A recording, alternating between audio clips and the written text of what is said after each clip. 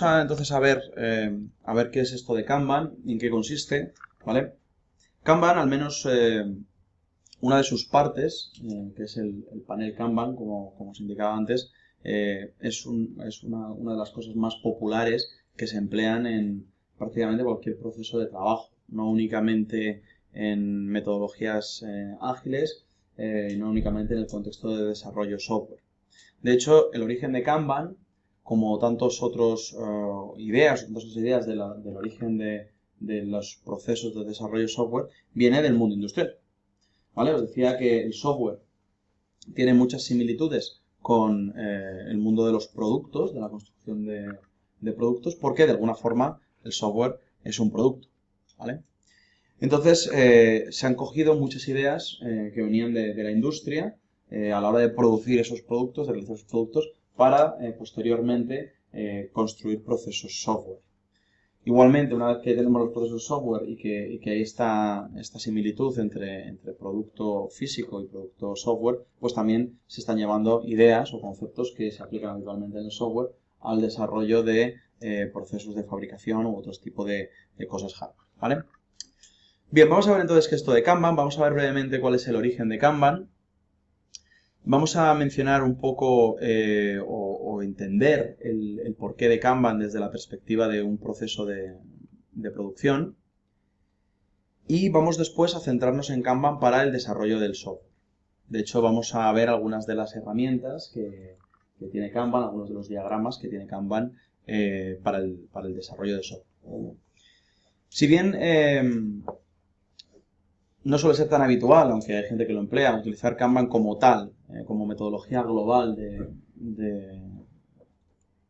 para el desarrollo del software, sí que es cierto que en las herramientas que proporciona y algunas de sus ideas básicas sí que se utilizan hibridadas con otras metodologías, ¿vale? De hecho, habíamos visto ya que en Scrum nosotros, una de las cosas que íbamos a utilizar y que nos resultaba bastante útil era el panel Kanban famoso para determinar qué tareas están pendientes de hacer, cuáles están en progreso y cuáles están acabadas. Bien, pues vamos a ver entonces cuál es el origen de Kanban. Bueno, ahí tenéis varias grafías en diferentes idiomas, ¿vale? El origen del término Kanban parece ser que viene del japonés, ¿vale? O de algún tipo de idioma oriental, por lo menos. Y está dividido en dos. Por un lado, kan y por otro lado, ban, ¿vale? Kan parece ser que significa, digo parece ser porque realmente no es que yo lo sepa, pero kan parece ser que significa visual. Y ban parece que tiene relación con el concepto de tarjeta, ¿vale? Tarjeta o tablero, ¿vale? Entonces, básicamente sería algo así como una traducción de tarjeta visual. Bien, ¿y en qué consiste? ¿Qué es esto de Kanban? Bueno, pues Kanban es un sistema para la gestión de proyectos. Eso es lo que a día de hoy podríamos considerar que es Kanban. Si bien en el origen era más que un sistema, era una parte, ¿no? Simplemente de ese sistema de gestión de tableros. Y curiosamente, es otra de las cosas que ya habíamos visto también en el contenido de esta segunda parte de la asignatura, nos podemos remontar a hace muchos años para trazar su origen, mucho antes de que siquiera se hablara de procesos de desarrollo software o de modelos en cascada y cosas por el estilo, ¿vale? De hecho, Kanban se atribuye a un ingeniero industrial japonés que se llamaba Taiichi Ohno, que hemos visto que era un tipo bastante revolucionario y que trabajaba en Toyota, ¿vale? Trabajaba en la empresa Toyota. De hecho, años después llegó a ser incluso vicepresidente de la compañía, o sea que fue una persona que se pasó muchos años allí y fue reconocido su aportación a la empresa. Este tipo fue muy conocido por el desarrollo del sistema de producción Just in Time, ¿vale? JIT, que después ha sido también utilizado por muchas tecnologías software pues en diferentes contextos, ¿vale?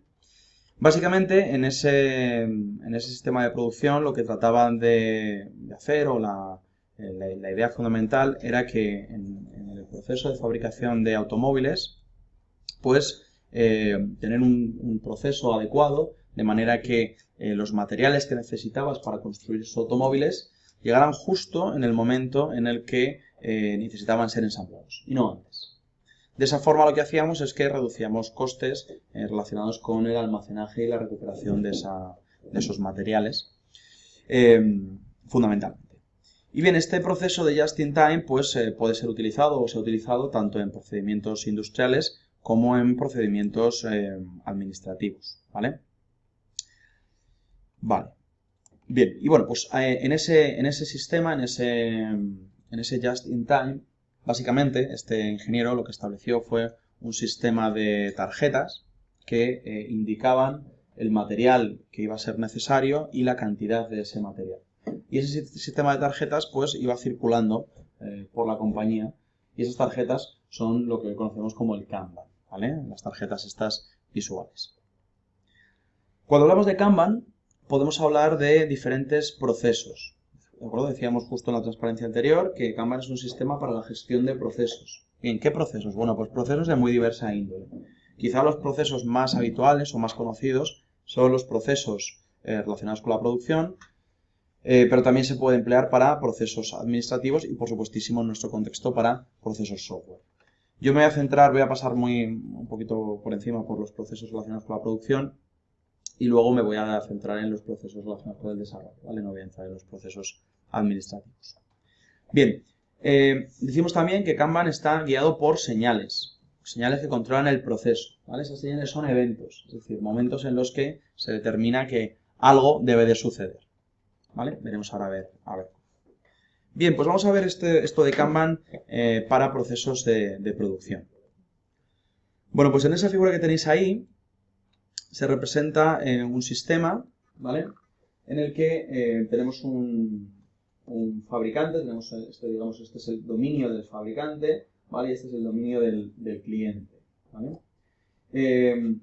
Este fabricante lo que va a hacer es que va a producir una serie de elementos, una serie de ítems que el cliente va a ir consumiendo, ¿vale? Una vez que el cliente consuma todos esos elementos, pues lógicamente el fabricante deberá de proceder a reponerlos. Este flujo tan sencillito es un poco la representación de lo que quiere decirnos Kanban. Kanban lo que nos va a decir es, bueno, pues lo que yo quiero es ir reponiendo a medida que va habiendo demanda. No quiero coger y fabricar un montón de componentes e irlos almacenando por aquí, dejarlos en toda esta zona, ¿vale? Y después, en el momento en que se vendan más, tengo más, y cuando se vendan menos, pues tengo menos, ¿no? Sino que lo que te dice Kanban es, yo quiero un flujo continuo en el que se producen, cuando tenemos digamos una caja vacía en la que ya no hay componentes, entonces procedo a llenarla y cuando la tengo llena la pongo a disposición del cliente. Y no paso a producir nuevos componentes hasta que no se me vacíe una nueva caja, ¿vale? Lógicamente esto tiene un problema y es que te quedes sin suministro, cortes el suministro. Entonces en el equilibrio está la virtud, ¿de acuerdo? En saber exactamente cuánto debes de producir. Entonces los sistemas de producción a veces lo que tienen son sistemas predictivos, ¿no? Es decir, lo que hacen es que basan su producción en el consumo estimado que han tenido en los últimos X meses o en los meses de verano o en los meses de invierno, si es un negocio que tiene estacionalidad, ¿de acuerdo? Muy bien. Bien, pues esto sería una representación de la utilización de Kanban para el aprovisionamiento de venta de piezas, ¿vale? Decimos que en este tipo de sistemas siempre tenemos dos procesos. Tenemos un proceso que se va a dedicar a producir nuevos elementos y un proceso que se va a dedicar a consumirlos, ¿vale? De alguna manera aquí tendríamos un poco nuevamente la representación, ¿vale?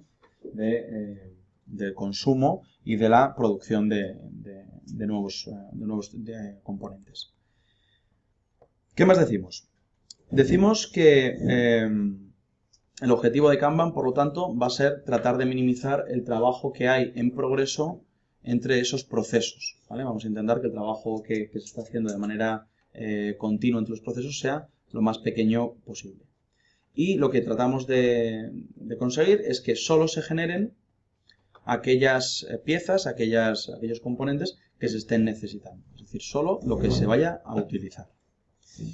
En este contexto se suele hablar de sistemas pull y de sistemas push. ¿vale? Sistemas pull y sistemas push, como cuando estamos en una puerta, ¿vale? Push sería empujar y pull sería tirar, ¿no?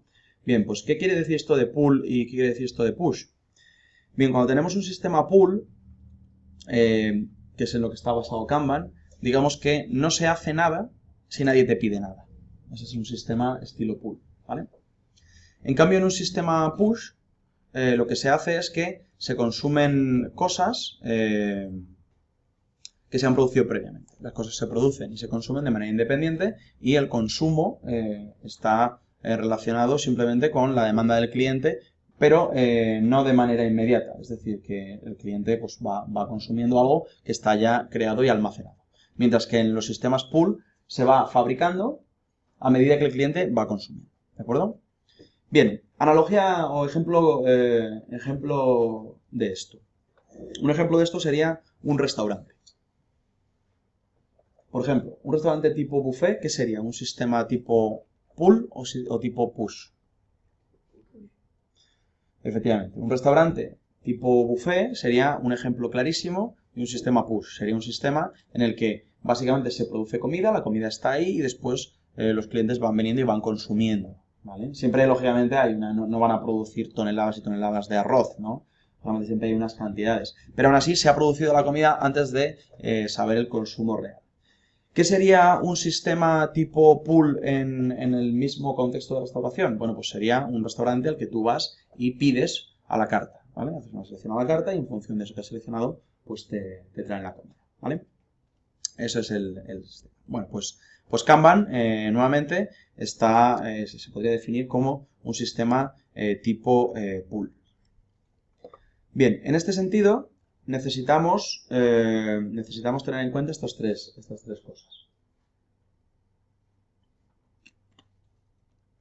En primer lugar, debería haber algún tipo de señal, de señal física que te determine cuándo tiene que haber trabajo en progreso. Es decir, algo tiene que suceder para decir, oye, me he quedado sin tornillos, ¿vale? Se ha vaciado la caja de los tornillos. Bueno, pues entonces hay que producirlos, ¿vale? Tiene que haber algún tipo de señal. Después necesitamos también saber la velocidad, ¿vale? Conocer la velocidad a la que se producen esos eventos para determinar cuánto vamos a necesitar producir. Y por último, tener en cuenta también que los mecanismos de Kanban nos dice que es un sistema pool. Por lo tanto, limitamos el work in progress, eso es lo que significa el WIPS, el work in progress, el trabajo en progreso, en función de la velocidad con la que se producen esos procesos, en función del consumo que va habiendo, ¿vale? Básicamente. En resumen, ¿cuáles son las ideas básicas de Kanban con respecto a la producción?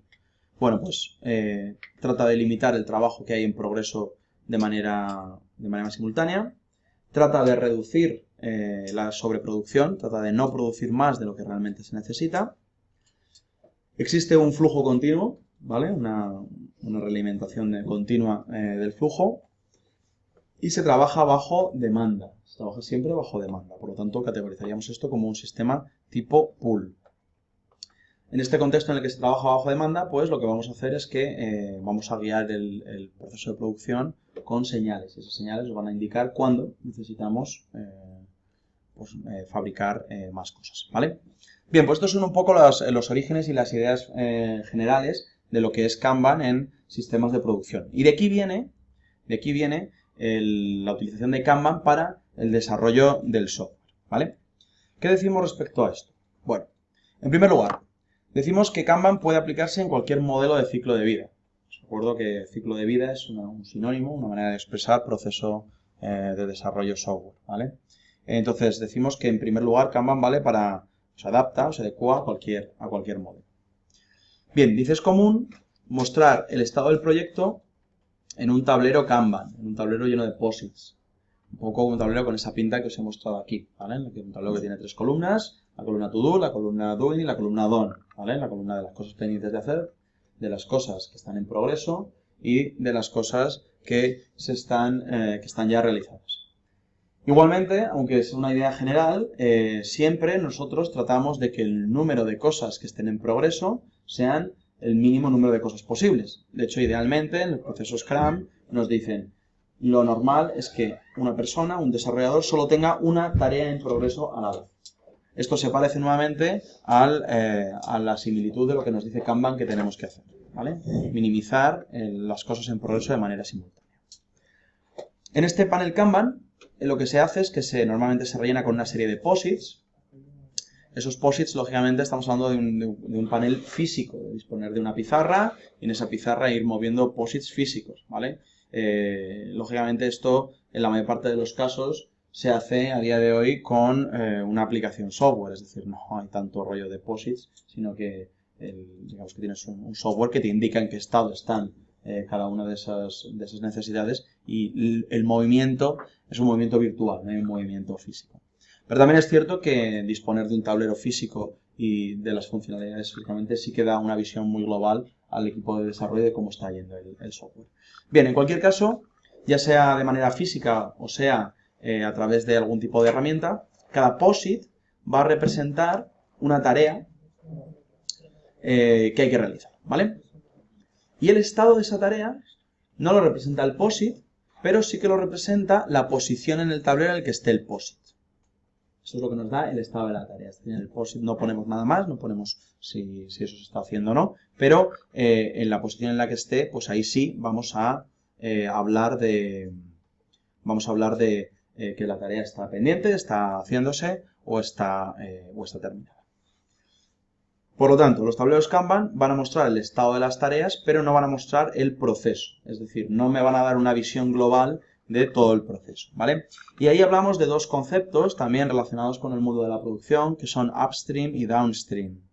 ¿Habéis oído hablar de ellos alguna vez? ¿No? Bien, ¿qué es esto del upstream y del downstream? Bien, son términos en general que se aplican de manera común en los procesos de producción, ¿vale? En concreto, y hacen referencia a muchas industrias, es decir, es una cosa que no es una cosa única de una industria, sino que hace referencia a muchas industrias. En concreto podríamos decir que cuando estamos hablando de upstream en los procesos de producción, estaríamos hablando de esas fases iniciales en las que estamos haciendo una extracción de las materias primas, ¿no? Imagina que estamos buscando, vamos a querer construir una botella de plástico y para construir esa botella de plástico necesitamos petróleo. Bueno, pues las fases de upstream son las fases en las que estamos intentando buscar esa materia prima, buscar el petróleo, ¿vale? ¿Qué serían las fases de downstream? Bueno, pues serían básicamente los puntos de, una vez que ya hemos encontrado, ya disponemos de esos materiales, cómo los procesamos para construir un producto concreto, ¿vale? Eso sería lo que llamamos downstream. Hay otros, esto es una simplificación muy grande de la categorización de las tareas en procesos de producción, porque lógicamente luego hay muchas tareas intermedias. De hecho, hay gente que habla de midstream también, ¿vale? De tareas intermedias. Bueno, pues esto es un poco la representación de lo que tenemos aquí, ¿vale? Aquí lo que tenemos es básicamente una primera área en la que podríamos llamar upstream y un destino que podríamos llamar downstream. En este caso, esto no está orientado a un proceso de producción de algo físico, sino que está orientado a la producción del software. De esa forma, lo que tenemos aquí son diferentes fases en la que aquí pues tenemos que, por ejemplo, la fase de la escritura de las historias de usuario y los test de aceptación. Tenemos la escritura, los test unitarios, ¿vale? El código y la refactorización. Tenemos los test de aceptación y tenemos el despliegue, ¿vale? Estamos viendo diferentes fases. Lógicamente, cuando el producto es más elaborado, estamos más en una fase de producción downstream que cuando estamos en un momento en el que no hay prácticamente producto. Estamos, por así decirlo, sacando la materia prima, ¿vale? Entonces, en ese caso, la analogía con la materia prima sería un poco la extracción o los enunciados esos de los que vamos a sacar lo que realmente queremos hacer con nuestro software y el último paso del downstream sería el despliegue del mismo, ¿vale?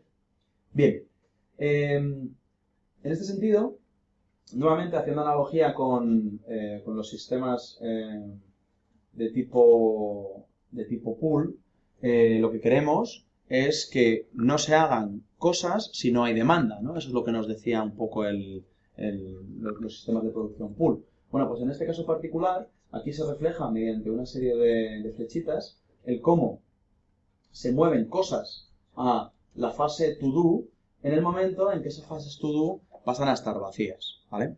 ¿Qué quiere decir esto? Quiere decir que aquí cada una de estas fases las tenemos representadas con un panel Kanban, ¿vale? Es decir, la fase de escritura de historia de usuario y de explotación tiene un panel Kanban donde tenemos una columna to do, un doing y un done. Bien, una vez que tenemos esto hecho, lo que va a suceder es que si en la siguiente fase el to do se queda vacío, hay demanda de cosas por hacer, vamos a pasar algunas de esas cosas que ya tenemos acabadas a la siguiente fase, ¿vale? Y este esquema se repite en referencia al paso de los test unitarios o de codificación a los test de adaptación y en referencia a los test de adaptación con respecto al despliegue.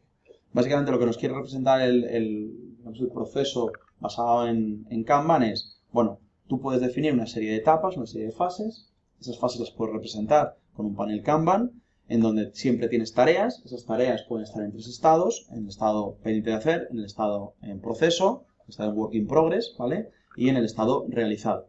Y lo que tienes que tener en cuenta es que tú quieres representar un sistema de tipo pool, es decir, donde las tareas se van realizando solo si caben, solo si es necesario realizarlas porque ha habido un vaciado previo de una tarea que se estaba haciendo antes, ¿vale? Bien, pues es un poco la representación de esto. Bien, más cosas. De esta manera lo que vamos a hacer es que vamos a intentar limitar la cantidad de esfuerzo puesto en la tarea, es decir, no vamos a hacer mucho de algo que luego quizá sea desaprovechable, ¿no? Vamos a ir poco a poco. Y lógicamente vamos a trabajar en iteraciones. Vamos a intentar identificar qué tareas hay que realizar en esta iteración, ¿vale? Y esas tareas, ¿de dónde van a salir? Pues van a salir de lo que nosotros hemos denominado historias de usuario. La historia de usuario la vamos a partir en tareas y esas tareas son lo que vamos a reflejar en nuestro panel.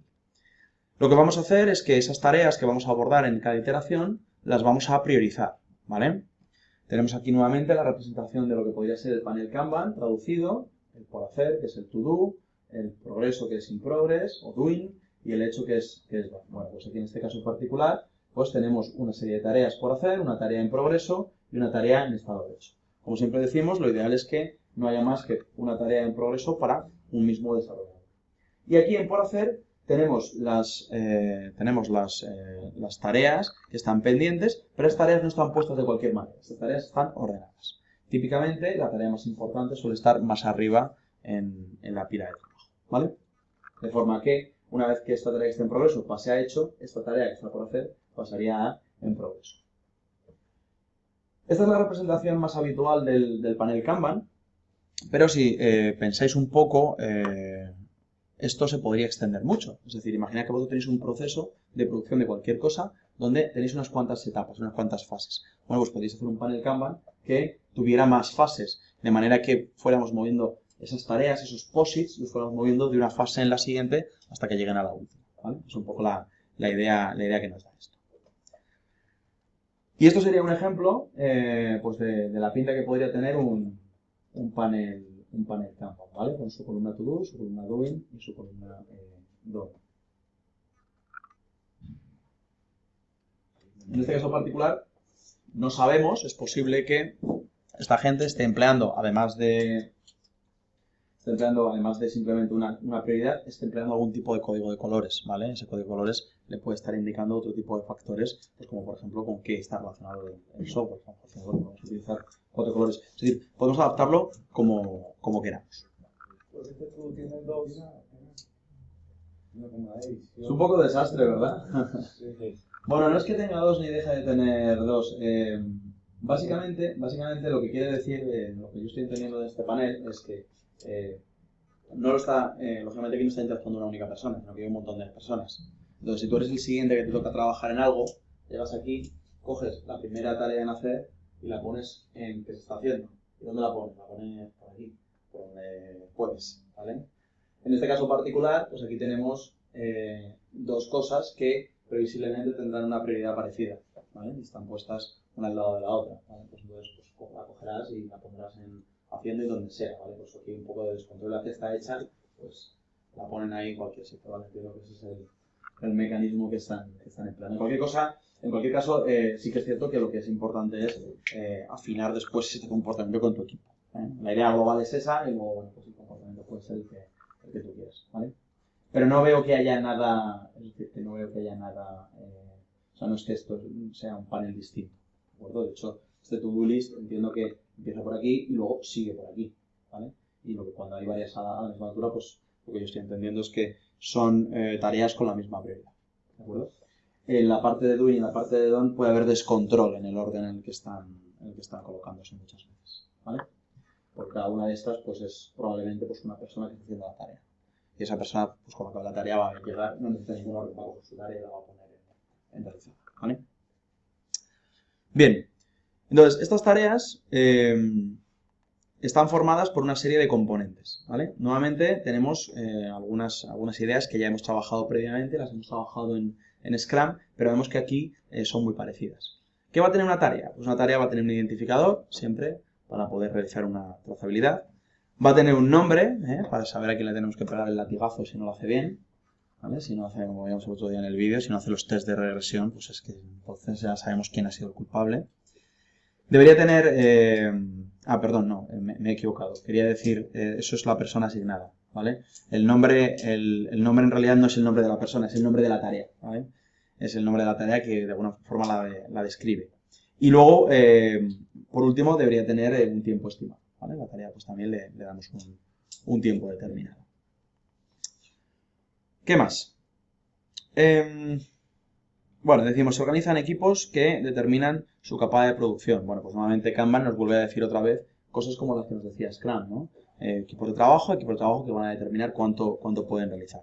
Y de cada equipo tiene un buzón done, que contiene las tareas que ha terminado. En este caso, ese equipo tenía ese panel y en ese panel iba poniendo las tareas que había ido acabando.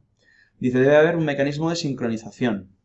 Dice, solo los procesos equipos van detrás de la secuencia que van detrás en la secuencia pueden retirar tareas del buzón done de su upstream.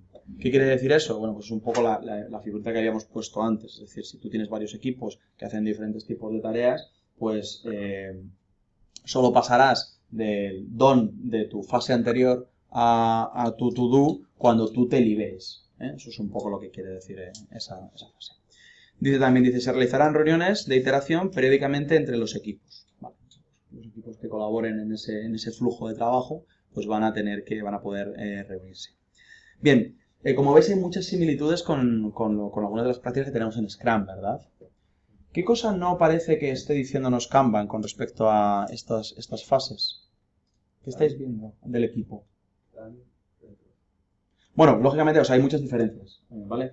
Hay muchas diferencias, pero yo me refería en este caso en particular, bueno, estas reuniones después de cada iteración son una especie de retrospectivas, ¿de acuerdo? Y entendemos que el planning lo tienen establecido. Pero básicamente lo que no nos están hablando es de un equipo multidisciplinar que haga todas las tareas, sino nos están hablando de tareas independientes.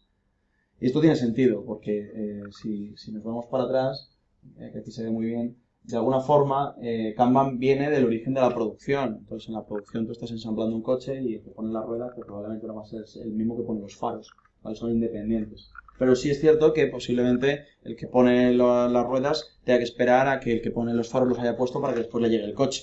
Entonces, tiene que haber una comunicación entre equipos, ¿no? Esta fase de equipos. Pero no nos hablan de un equipo multidisciplinar que lo haga todo, ¿vale? Simplemente ahí no entra, ¿vale? Bueno, más cosas. Dice, en la sincronización se retiran las tareas que un equipo o proceso puede llevar a cabo durante esa iteración. Se denomina velocidad de cada equipo al número de tareas que puede hacer. Bueno, pues un poco también lo que venimos todo el tiempo hablando, ¿vale? Muy bien, más cosas. Dice, algunas de las herramientas adicionales de seguimiento. Bien, una de las cosas que nacidos o con origen en Kanban se han empleado más precisamente son estas herramientas, ¿vale? Es decir, a veces yo no conozco muchas empresas que digan que su proceso de desarrollo es Kanban, ¿vale? Que es algo, vamos, es muy etéreo, es muy general, pero sí que conozco prácticamente cualquier empresa que se dedica al desarrollo de software que emplea herramientas tan sencillas como el panel Kanban, ¿vale? Prácticamente todo el mundo lo emplea de alguna u otra forma, ya sea virtual o físico, ¿no? Bueno, pues no es la única manera, no es la única herramienta que nos ha dejado Kanban en legado, ¿no? Hay más herramientas. Algunas de ellas se han vinculado a la metodología después, pero en realidad son posteriores, no están con el origen. Bien, en primer lugar nos habla de los tableros Kanban. Los tableros Kanban pueden ser como ese que hemos visto antes, donde están las tres columnas famosas, como os decía, de to do, doing y done, pero puede haber tableros Kanban en los que se representen más fases de un proceso determinado, o podría haber tableros Kanban como este que tenemos aquí. ¿De acuerdo? Este tablero Kanban tiene ahí una serie de números, ¿vale? 3, 4, 5, 6, 7, 8. ¿Vale? Aquí este eje, el eje horizontal, nos está indicando un horizonte de tiempo, ¿vale? Es decir, a medida que vamos avanzando en el eje horizontal, lo que quiere decir es que está avanzando el tiempo. Y cada uno de estos posits que tenemos aquí arriba en la cabecera de cada una de estas columnas, lo que representan es un release del software, una iteración, una entrega, ¿vale? Es decir, esta sería la primera iteración, la segunda, la tercera, la cuarta iteración, la quinta, la sexta, la séptima, la octava, ¿vale? Están representando un release del software. ¿Y qué creéis que representarán cada uno de los posits? ¿Vale? De alguna forma representan las funcionalidades que tiene esa iteración, ¿vale? Entonces, esto es una visión global del desarrollo de un producto software, ¿vale? Aquí no estás viendo, digamos que este panel sería más genérico que el panel de las tareas, porque aquí no estás viendo realmente qué pasa con cada una de esas tareas, ¿vale? O sea, básicamente estas serían las features. Entonces, de esa forma se está representando eso. Una iteración de un mes no es mucho, porque eso son meses. No dice meses en ningún sitio. Sí, el kanji ese significa mes. ¿Ah, sí? Vale, pues no tenía ni idea que esto era, que significaba mes.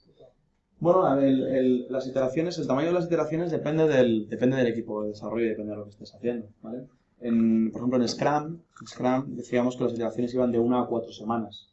Entonces es un mes de tiempo. Esto significa mes, ¿no? Fíjate lo que aprendí. Yo que he cogido aquí, la imagen está robada. He puesto que no estuviera en japonés. No es mucho tiempo, ¿de acuerdo? No es mucho tiempo, un mes. O sea, se considera todavía, digamos que puede ser considerado en ciclo corto, ¿vale? Realmente, no sabría decirte si Kanban da algún tipo de reflejo al respecto de cuánto deberían de durar los sprints, ¿vale? Pero vamos, no me parece un tiempo excesivo, ¿de acuerdo? Un mes de trabajo. ¿Vale? Bueno, pues esto es un poco la representación del sistema entero en cada uno de los apartados que tenéis ahí, ¿vale? Más tipos de gráficas que podemos tener aquí. Bueno, pues tenemos también gráficas del estilo Burn Down. Estas gráficas realmente tienen su origen en Scrum, es decir, estas gráficas vienen de Scrum. Os recuerdo básicamente que estas gráficas lo que representan es un poco cuál es el avance del progreso de la iteración o el progreso de la construcción del producto. Por un lado representando el esfuerzo estimado, ¿vale? En el eje Y representa el esfuerzo estimado, y en el eje X pues tenemos una representación del tiempo, ¿vale? Una representación temporal. De manera que podemos trazar una línea ideal desde el comienzo del sprint o de la iteración hasta el punto en el que se debería de realizar la entrega, ¿vale? Y bueno, pues en este estilo pues luego podemos ver que lógicamente de lo ideal a lo real pues puede haber diferencias, ¿no? Os recuerdo nuevamente también que si estábamos por encima de esta línea ideal, lo que estaba sucediendo es que íbamos con retraso. Y si estábamos por debajo, lo que quiere decir es que vamos con adelanto, ¿vale? Suponiendo lógicamente que todos los puntos de historia representados en este eje pues son equivalentes, ¿vale? Bien, bueno, pues entonces en metodologías Kanban también emplean este estilo de diagramas. Más diagramas que pueden ser de utilidad en función del tipo de proyecto. Bien, los Packing Lot Charts. Bueno, ¿qué son esto de los Packing Lot Charts? Yo estos la verdad es que los conozco un poco menos, no los he visto tanto en casos reales, al menos yo por lo menos no los he utilizado nunca, pero estos, os cuento básicamente lo que son. Básicamente estas cajitas lo que hacen es que tratan de resumirnos el estatus del proyecto desde una perspectiva de alto nivel, ¿vale?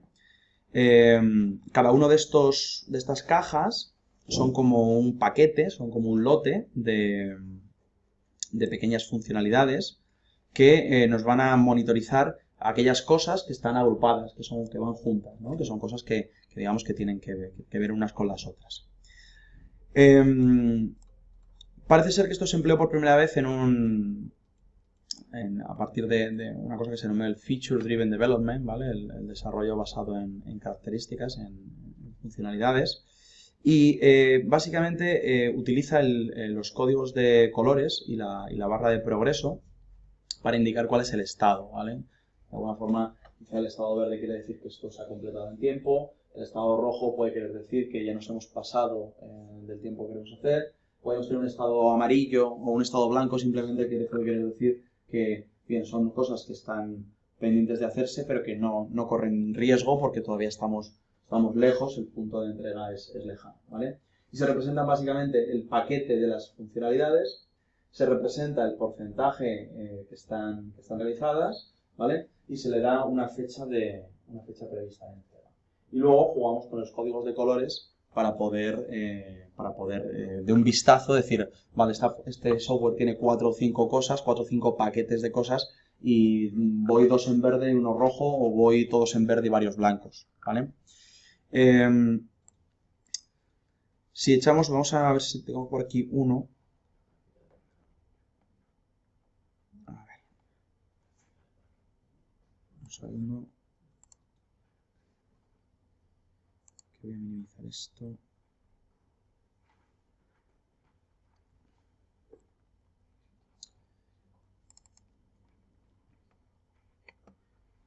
Tengo aquí uno que me he encontrado por ahí hecho, ¿vale? No es mío. ¿Vale? Pero nos vale a modo de ejemplo, ¿vale? Entonces, como veis aquí en este documento de Excel, básicamente este software o este proyecto se ha dividido en varios paquetes, ¿vale? Este es un grupo de características que se han empaquetado juntas, ¿de acuerdo? Simplemente quiere decir que tienen relación. Y entonces, esas características, digamos que serían un conjunto de funcionalidades que va a tener el software que están relacionadas. Esas características tienen una fecha de entrega, ¿vale? Y tienen un porcentaje de completitud de la feature, ¿vale? Y luego tienen asignado un color, ¿de acuerdo? El color lo que nos va a representar es en qué estado está la cosa, ¿vale? Y entonces vemos que tenemos este que está completamente pendiente de hacer, está todo a cero, ¿de acuerdo? Pero, bueno, pues no parece que está en color blanco, parece que no, digamos, no corre peligro, no se sabe, o sea, de momento no se sabe que se vaya a tener problemas para la realización, pues porque previsiblemente el punto de entrega pues vaya a ser venidero, ¿vale? Después podemos tener otros que están completados parcialmente, ¿de acuerdo? Y que pues quizá vayan a un buen ritmo. Podemos tener otros que están empezados, van avanzados, pero no van a buen ritmo. Es decir, por el ritmo que llevamos, parece que la relación entre las tareas que quedan por hacer y la fecha de entrega, pues parece que podríamos estar en peligro de no entregar a tiempo. Y podemos tener otros en los que directamente ya nos estemos sobrepasando la fecha de entrega, ¿vale? La fecha de entrega sea previa a la fecha en la que estamos. Entonces, de una forma muy global, tenemos 4 paquetes que agrupan funcionalidades y esos paquetes que agrupan funcionalidades pues nos representan en qué estado está el sistema, ¿vale? Para vuestro ejemplo, para vuestro software de la práctica, pues a lo mejor podríamos hablar de que tenemos unas funcionalidades relacionadas con el proveedor de servicios, tenemos unas funcionalidades relacionadas con la cadena de hoteles y tenemos unas cosas relacionadas con los hoteles y tenemos unas cosas relacionadas, por ejemplo, con los usuarios, ¿vale? Hemos agrupado características basándonos, por ejemplo, en el actor que va a interactuar con el sistema. Bueno, pues cada uno de esos bloques, de una manera global, podemos ver un poco cómo está sucediendo. ¿Quién va a consumir esta información? Por el momento esta información la consume un jefe de proyecto, ¿vale? O la consume un Scrum Master. No quiere entrar en detenimiento si guardar como nuevo unos datos de usuario le falta añadir un campo o dos. Quiere simplemente tener una visión global de cómo está eso, ¿vale? ¿Cómo sabe que está al 50%? Bueno, pues previsiblemente estas características, estas features, están divididas en tareas y básicamente lo que querrá decir es que están abordadas o realizadas la mitad de las tareas, ¿vale? Vale. Más cositas. Bueno, pues este es el parking lot chart, ¿vale? Vale. Y por último, El Smiley Calendar, este. Vale. ¿Sabes lo que significa Nico Nico? El que sabía japonés.